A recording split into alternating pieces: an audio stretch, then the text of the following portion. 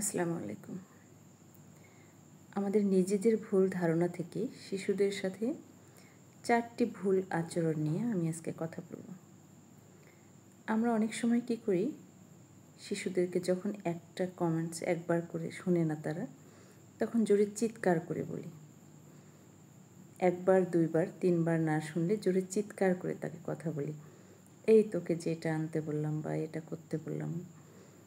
তো এই চিৎকার করে কথা বলাতে কি হয়, তাদেরকে যে আমরা কোনো ইনস্ট্রাকশন দিচ্ছি যে এইটা করো, ওইটা করো, বা এখন এই কাজটা করার সময় তারা ইনস্ট্রাকশন না ভেবে সেটাকে তারা থ্রেট মনে করে।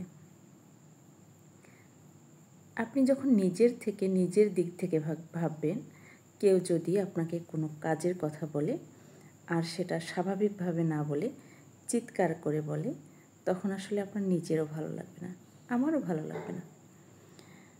প্রথম বা দ্বিতীয়বার যখন তাদেরকে বলা হয়, তখন হয়তো বা তারা ইচ্ছাকৃত নয়, ইন্টেনশনালি সেটা হয়ে যায়।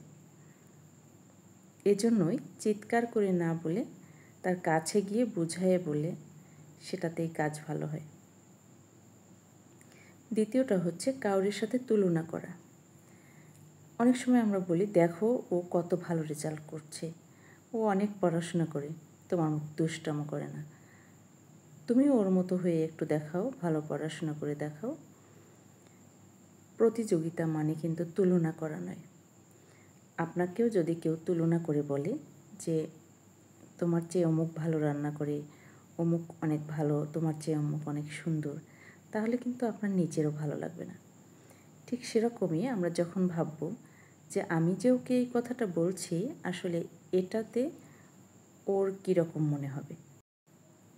তৃতীয় যে বিষয়টা নিয়ে কথা বলবো সেটা হচ্ছে ফিলিংস বা অনুভূতিকে থামিয়ে দেওয়ার চেষ্টা করা।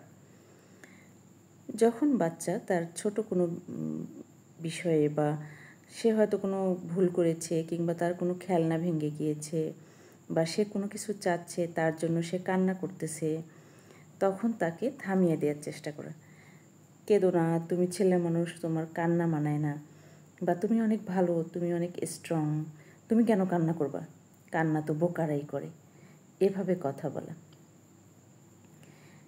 আমরা স্বভাবতই মানুষ, আমাদের হাসি, কান্না, আনন্দ, ক্ষুধা, তৃষ্ণা, ঘুম এগুলো থাকবেই। যখন এভাবে বলতে বলতে যে তুমি কান্না করো না, এত অল্পতেই কান্না করতে হয় না,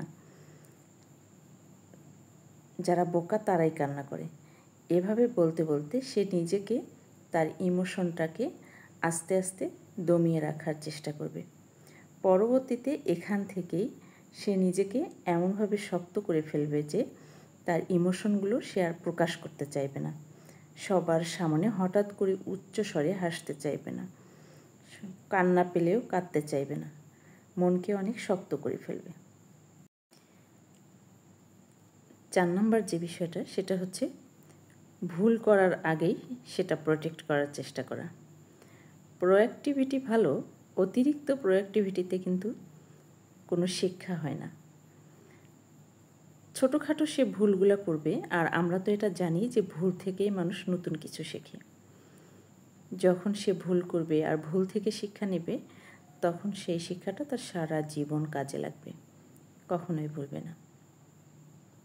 ভুল করার আগেই যদি আমরা বলে ফেলি এইটা ভুল করো না, ওইটা ভুল করো না, তখন আসলে তার শেখার কোনো নতুন পথ থাকে না। আবার শিশুরা যখন ভুল করে ফেলে, তখন আমরা পানিশমেন্ট দিয়ে তাকে বোঝানোর চেষ্টা করি যে এর পরবর্তীতে সে আর ভুল করবে না। এটা আমি মনে করি মোটেও ঠিক না, কারণ পানিশমেন্ট দিয়ে শেখানোর চেষ্টা করা, আসলে সে পরবর্তীতে ওই কাজটাই অন্য একজনের কাছে করার চেষ্টা করবে, অন্য একজনের সাথে করার চেষ্টা করবে। পানিশমেন্ট না দিয়ে তাকে যদি বোঝানো যায় যে তুমি এটা ভুল করেছো বাবা, এর পরে থেকে আর এভাবে করো না, এটা এভাবে করা ঠিক না, তাহলে তার বেশি মনে থাকবে। কাউকে পানিশমেন্ট দিয়ে কোনো কিছু শেখাতে গেলে সে সেটাকে শিক্ষা হিসেবে না নিয়ে বরং ভীত তটস্থ হয়ে সেই কাজটা করবে।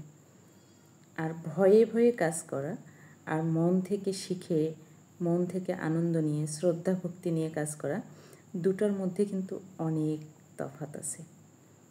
তো এই ছিল আমার আজকের কথা। ভালো থাকবেন সবাই। আল্লাহ হাফেজ।